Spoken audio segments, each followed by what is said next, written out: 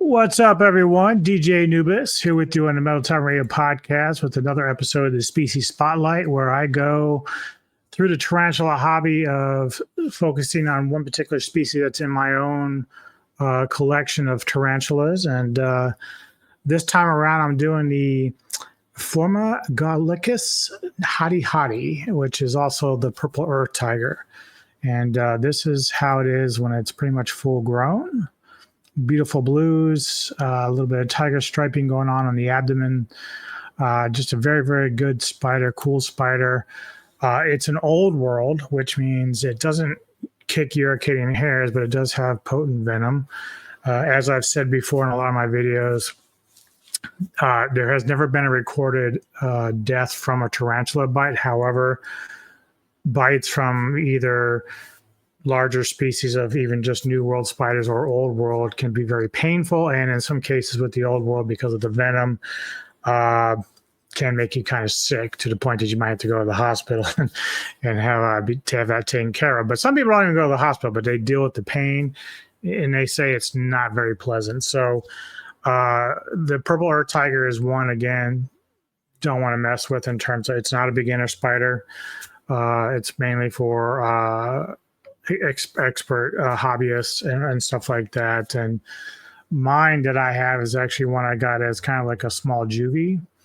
And the picture I have isn't as great because of the time that I was taking it, but you can kind of see her there on the side. Now, she was initially burrowed in the front where the door is underneath that cup of water.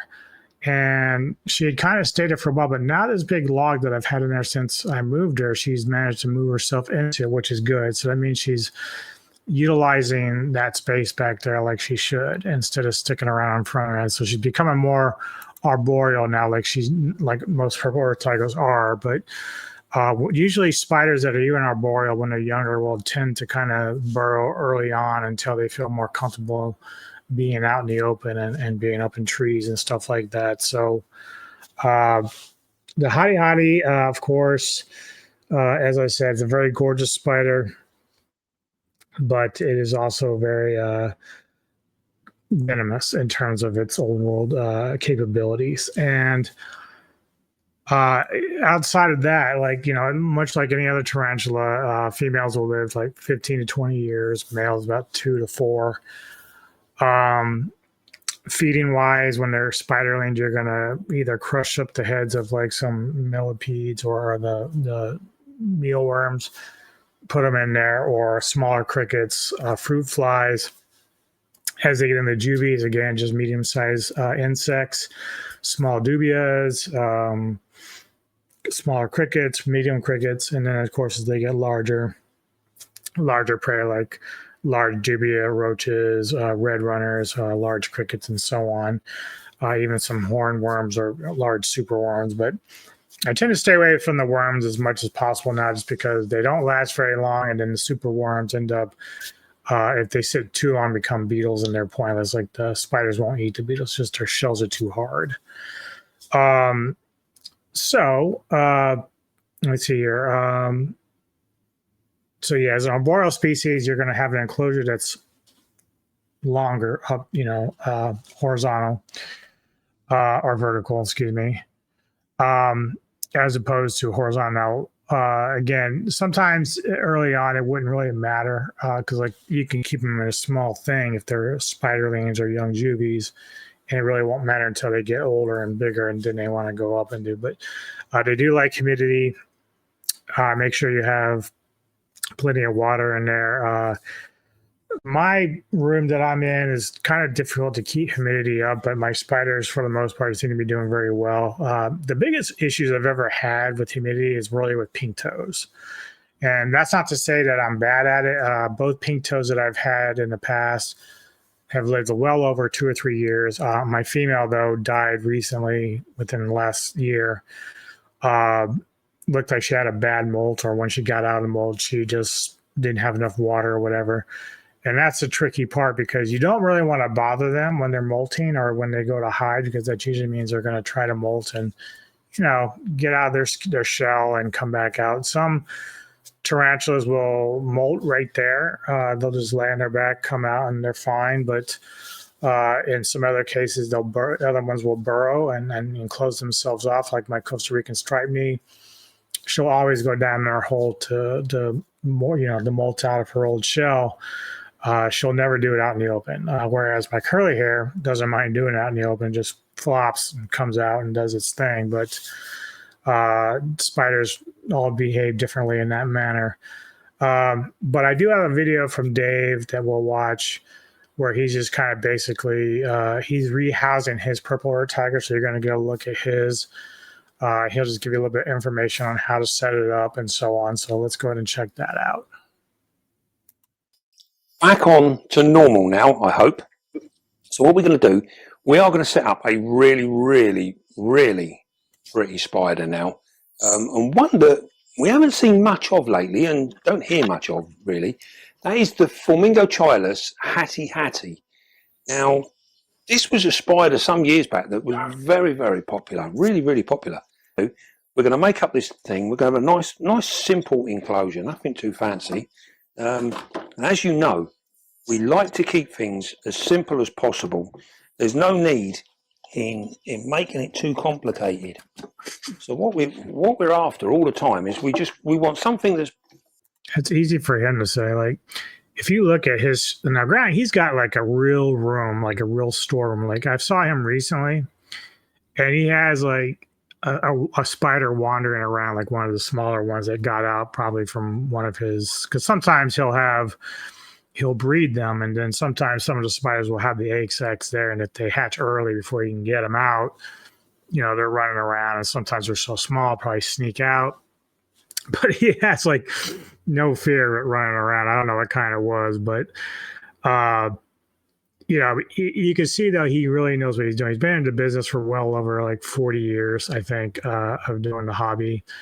He knows his shit, and he's the go-to guy I go to for any information on how to deal with spiders, move them, and whatever. I mean, it's been imperfect for me because sometimes I had my other feather leg that got out in the mud room when I was trying to move her, and unfortunately she hurt herself and then died just from the height because she fell off.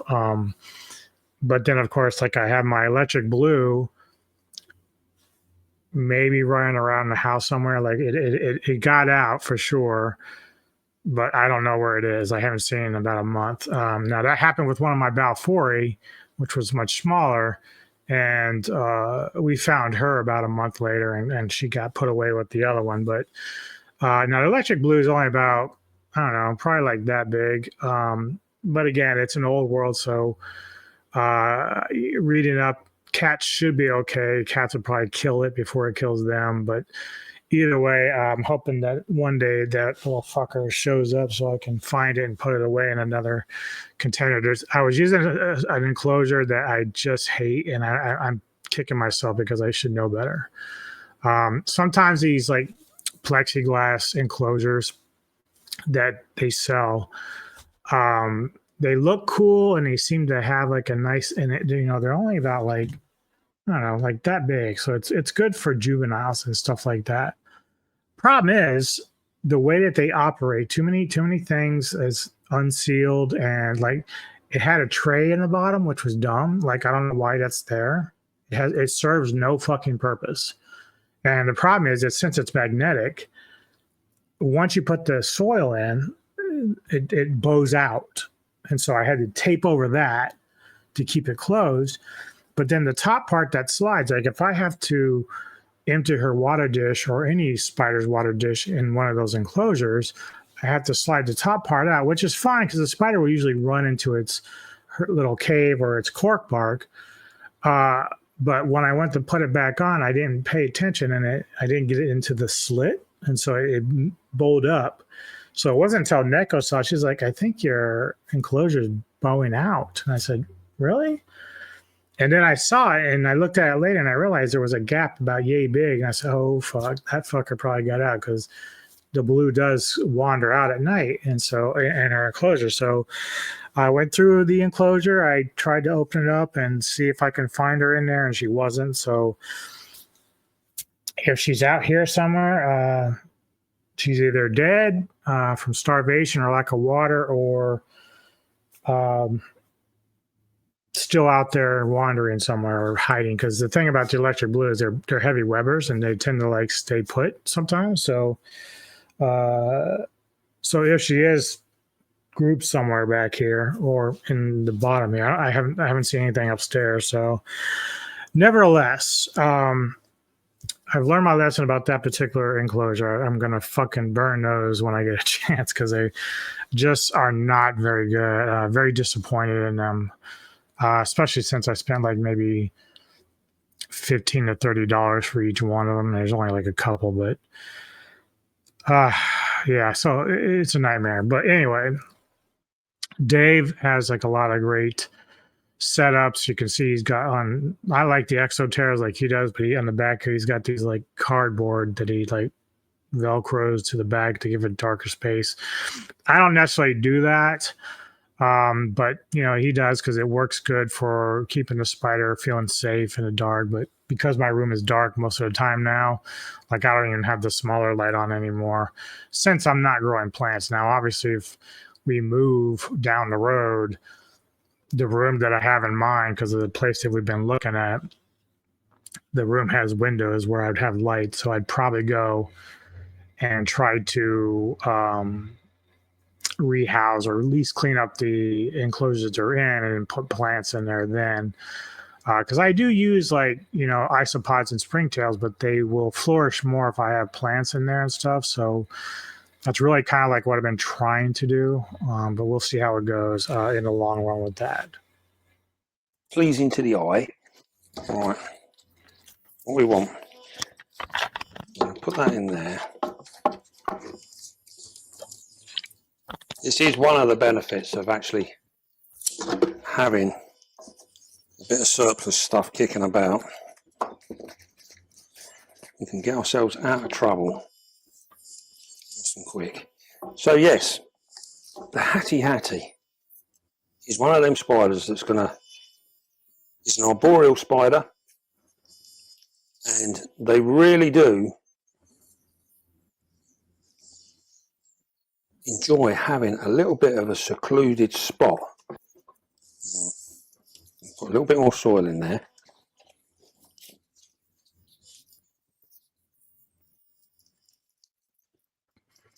Yeah, so if you're into the tarantula hobby or if you're going to get into it, I highly recommend Dave. He has a channel called Dave's Little Beasties. And also he's on Facebook and he's very interactive with questions from people. Like I can hit him up almost anytime, whether on his YouTube channel or even in Facebook and private message or whatever, and he will answer your questions. He is not, bad. He's very humble. He will gladly give you information about any questions you have regarding just tarantulas or even other stuff. Like he also has like frogs and centipedes and scorpions and stuff. So if you have questions that you want about anything, especially with tarantulas, then be sure to hit him up because he's very knowledgeable and knows the stuff. So just be sure to check him out. Now, be honest, with these plants, there is an absolute knack in the watering, getting them just so. And then we're going to see if we can't get this one to sit out on our bit of wood so we can get a really nice look at her, because she's one of them spiders that for a plant we really do want to see a little bit more of her. Right. We've got our trusted bit of wood here. This is the bit the camera lady really likes, because this is where it could all go wrong. Just going to tease her out nice and gently. These can be very, very fast. They can be quite defensive. So far, mine's only been like very skittish. She'll run more than anything, but she's also smaller. Should be able to manipulate her, get her to do what we want. Such a beautiful spider. Here we go. Here we go. There she is. Now, as you can see, hopefully, she is like a midnight blue. Is that better? And look at that. That is almost like what we call a midnight blue on that abdomen. They really benefit from having some sort of heat source. Now I wonder if, because I've seen them like this dark, and then I've seen some like the picture I had where they're lighter blue and stuff like that. So I'm wondering with the kind of like goldish carapace. So I'm wondering if this is kind of like the, like the pokies or whatever, where the female might be darker than the males. Maybe Dave, if he watches this, can kind of verify if that's just like whether or not that's just like, molting or whatever, or if there's actually a distinction between the colors of the males versus females. Because I know that sometimes happens with some of the species that are out there. So that'd be something interesting I'd be curious about. And in terms of humidity, these guys do like it humid as well. Now, we're still getting lots and lots of people asking about humidity. And humidity is not about spraying your spider. It's unless it's your fucking Avic. I go on and on about the Avics because, again, like when I made a comment a long time ago about how Avics are stupid spiders, like they're dumb compared to a lot of the other spiders, and people say, why would you say that? Well, for whatever reason, both my Avics, when it comes to how they intake water, they're not very aggressive with it, like unless you just literally put it in front of them. Whereas, like, again, if you feed them, they're quick on the draw. Like I've had them run up my arm, because I can't have my tongs, put my cricket there, but the spider said, fuck the cricket, and jumped on my arm, startled the shit out of me. They're New World docile spiders. I mean, they might shit on you, but they're not aggressive or defensive or anything. So, but like both of my Avics, like I said, my male from before, I almost lost him early because he was sluggish after a molt. And I'm like, what's going on? Because the water dish is out there. And so I sprayed the side of the enclosure where he was, and he started lapping it up. Like you can see him press his body, and you can see his lungs soaking up the water. And so I kept doing that for a little bit. Then I moved the water dish just below him, and sure enough, like he went down and just dove into the water and got better. But it's almost like, I don't know if their molting process is harder than some of the other ones. I mean, I don't think so. I think it's all kind of about the same in terms of, they need to feed up, have enough juice in them and food to get through the molt, because it's a strenuous thing for them. So I don't know if it's harder for the Avics or not, or if the humidity just makes it that much. I don't know. It's really weird because the only problems I've ever really had with like spiders not getting enough water is through the Avic. Like it just seems to be a very difficult thing for them. And I used to try to make sure that there's plenty of humidity inside the enclosure with these spiders. And so it's just still shocking that I was running into that problem. Again, I can't really say for sure what happened with my female. When I pulled her bark out and saw the inside, I saw her molt, plus I saw her, and she was pretty much dried up. So I can only assume she had been that way a while. So like I had thought that I was just leaving her be. Like I was still putting crickets in there, thinking she was eating them because I didn't see the crickets. But yeah, I don't know. Like I never saw her out by the water dish, and that's the thing. Like I just don't know like what the best approach is with an Avic. Like it's and that's why I won't get a versicolor, because they are just another step above the Avic, where they're very beautiful, but like I don't want to waste money on a tarantula that won't make it. So that's just something I'm just going to have to research more and then maybe find a better way to figure out how to keep the enclosure right where they need it in terms of humidity or whatever, or even water dishes. It's all about, we're looking for humidity in the air. It's always been nice and gentle. Look at this. What we're doing is we're just stroking her abdomen. She's moving at her own pace.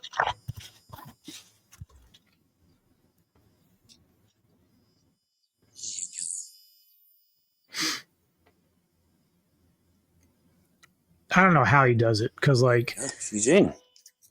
As easy as that.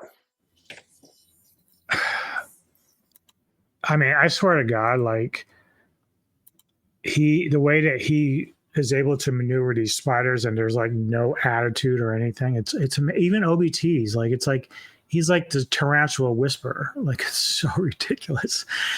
He's able just to maneuver these creatures in a way. He's like, just like he knows how to touch them and stuff. But me, I try to do shit like that, and they get attitudes. Like, they get, even my new worlds don't like that shit. Especially my bird ears, man. They just spring up. They're like, don't fuck with me. Don't fuck with me. It's crazy though. But Dave, again, like, I cannot recommend him highly enough.